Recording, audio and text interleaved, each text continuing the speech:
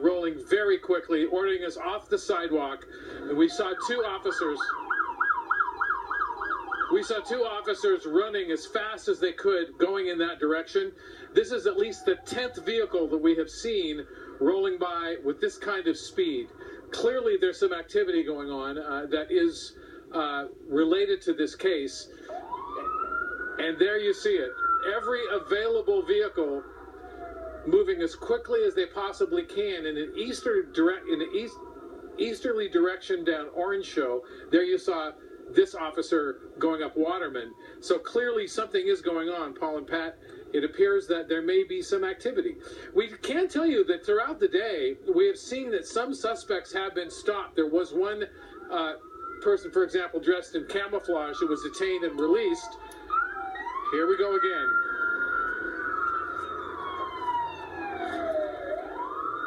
So these officers moving at least 60 miles an hour. The word is out. There's some activity here. And here we see the SWAT vehicle on live television.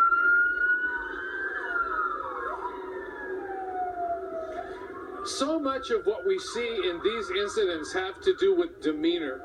When we see people, officers in the ready, somewhat relaxed, and here you see clearly there is what activity going on in this.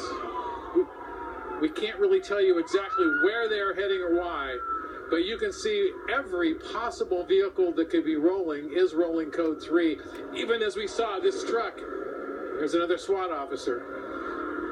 Even vehicles that do not have lights and sirens are rolling. You know what, Randy? I heard something. I heard a report about a discount mall that would have been north on Waterman. I know you can't confirm that, but it does make you wonder as fast as these vehicles are moving and as many as are moving out in that direction. You know, Pat, I passed that discount mall on the way here. I believe it is northeast of our location. Man, that van was just rolling at least 50 miles an hour with the side door open. Did you see that? Yes, we did. It's frightening, Randy. I just said to Pat, Randy, it gives you chills watching this. And it does, as Pat mentioned to me, it reminds you so much of the Dorner situation. Yes, it does. That much manpower. You know, that's so much. And you remember, Randy, really at the exact moment when they had Dorner cornered, where they knew where he was, that's when you saw just a plethora of a bevy of police vehicles, law enforcement vehicles going to the same direction because they knew that's where he was. Makes you think like they know where these people are. You know, that is exactly right. As you remember, there was very little going on, and then all of a sudden, everything changed in an instant. And that's what we see in these investigations. So you have witnessed now on live television 2 SWAT vehicles, at least 10 or more, including undercover vehicles and even vehicles like trucks. For example, pickup trucks that did not have any lights and sirens. And I don't know if you could see that, Pat, but on the vehicle that just went by, he had a weapon trained outside of the car as he made that turn. I did see that. Take a closer look at it later, but did you see that? Yes, I did see that. And again, that looks eerily familiar. Eerily familiar. It kind of, to be honest, it kind of stands the hair on the back of your neck when you're in the middle of this and see this happen so quickly. I just said that to Pat. It's just, it sends chills down your spine because you know at this point, obviously, something is up. We don't know what is up at this point, but to see that kind of a response to whatever is taking place certainly is a chilling situation. You know, we saw the SWAT vans go by, and it just so happens that SWAT was doing a training exercise today. It was absolute pure coincidence. Absolute pure coincidence. That's right. They weren't too far away from the Inland Regional Center. They were just going through a training exercise, so they got on scene quite quickly, but they did want to reiterate several times that it would just happen to be an absolute coincidence. But nonetheless, since they were training, they were in full gear, and they made a very, very quick response to the shooting site. You know, Randy, can you talk about... Listen, oh, go ahead. Paul, I was going to say, police are yelling, get away, get away. And you will see now we have officers coming from a different direction. Here's a CHP unit. And now this is federal police. Oh, my. It's hard to imagine we City have of that much Colton. law enforcement. City of Colton police officers and CHP. And that gets back to the mutual aid that we were talking about. Yes. Everybody's helping everybody out today. And that gray pickup truck was obviously some kind of undercover law enforcement vehicle as well. Randy, it seems like you wanted to say something. And you know, we kind of, I was just going to say, we really kind of hope for activity this soon after a shooting like this, because as you know, once a certain number of hours or days go by, everything slows down and there's no resolution. We don't know what happened or what caused the situation. And much of the information comes early on. So it's nice to see clear activity. We cannot say what is at the other end of this, but Randy, we certainly can say. Randy, we just heard word per a scanner in our assignment desk that an officer may have been hit by gunfire. That could possibly be the reason why you have all this law enforcement response. And that's all we know, and it certainly hasn't been confirmed. That's what we've heard per the scanner. Via scanners, and we don't have a location either. No. Let us hope that is not the case. Exactly. You know, Randy, there were reports earlier of a package, a suspicious device of some kind being detonated or disabled as well. That's right, Pat. We did hear about that early on. In fact, CBS News was reporting, quoting unnamed sources, I believe in the Justice Department, that it appeared that this could be a real device. Hey, Randy, that was earlier this morning. Randy, we're going to interrupt you here for a second because we do have Stu Mundell up overhead in Sky 2, and he can give us the latest on the situation. Stu. Well, they were right here in the area. This is San Bernardino. Now, that vehicle was being chased a few moments ago. Black SUV was a description of that vehicle. We got up overhead. Now, there is a TFR in this area. That's a flight restriction area, and you can see heavily armed SWAT vehicles driving up and down the street. Now, we understand that the vehicle is somewhere in this area with bullet holes in it. We did see a person being taken into custody. We also heard of an officer down in the area when the shots were fired. You can see a lot of police activity out here, many of the intersections, and you can see this area right there. You've got vehicles in there, guns drawn, officers pointing in a direction. The issue is we have yet to see that car. We have yet to see that vehicle that they've been chasing. There's that SWAT vehicle, so we're going to follow him in.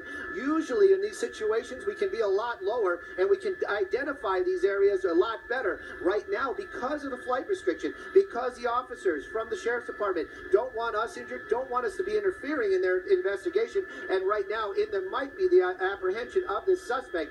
Right now they're basically keeping us at a distance. I think there may have been some wires crossed out here. This might be the vehicle they've been talking about right there with the door open. It may not have been an SUV at all. And nope, they're passing that up. They're going by that one, so that's probably not the car they've been talking about. We're going to keep an eye on this vehicle right here that's going to be making the approach to that SUV. If you have any other information for us, maybe you might be hearing something a little different. We're hearing on the scanner, officer down, so we're definitely going to keep an eye out right now. We're looking in the neighborhood. We have yet to see that vehicle that they're talking about. Did you see well, there's another, we saw so many vehicles. Right. Are they all in this area, Stu? We gotta go in orbit. I have it behind a tree. I'm sorry, this is such a fluid situation right now. I'm working with our pilot.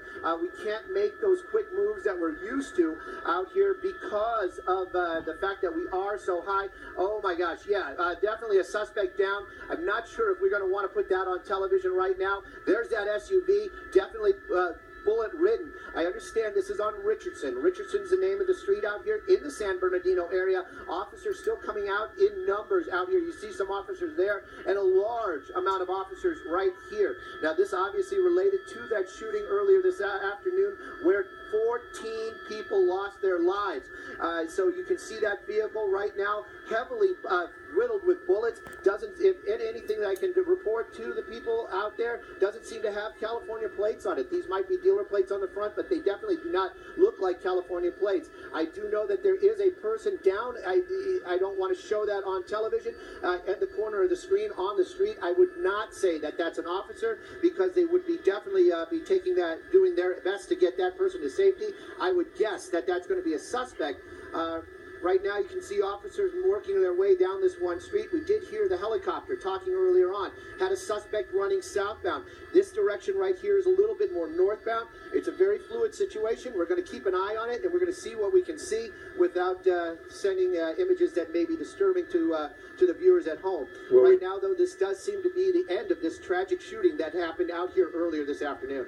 Well, Stu, we do want to say that we have heard, these are unconfirmed reports, that the officer, I believe, is that correct, was hit by a ricochet bullet, which perhaps is good news rather than being, a direct hit from feet away or even yards away. So that's the latest on that. This is a very interesting situation. It is, because I'm looking at some vehicles, Paul. They almost look like civilian vehicles. Look at this, well, they're all behind that particular law enforcement vehicle. This is where, Stu, I believe you say this bullet-riddled SUV could have possibly been involved in the mass shooting that happened several hours earlier. I noticed that the lights are flashing. Yeah, how would that happen? Yeah. Pat, Paul, definitely. And those vehicles that you're talking about, a lot of those are undercover vehicles. Officers out here, you have to understand that when that call came out for that active shooter, 14 people lost their lives.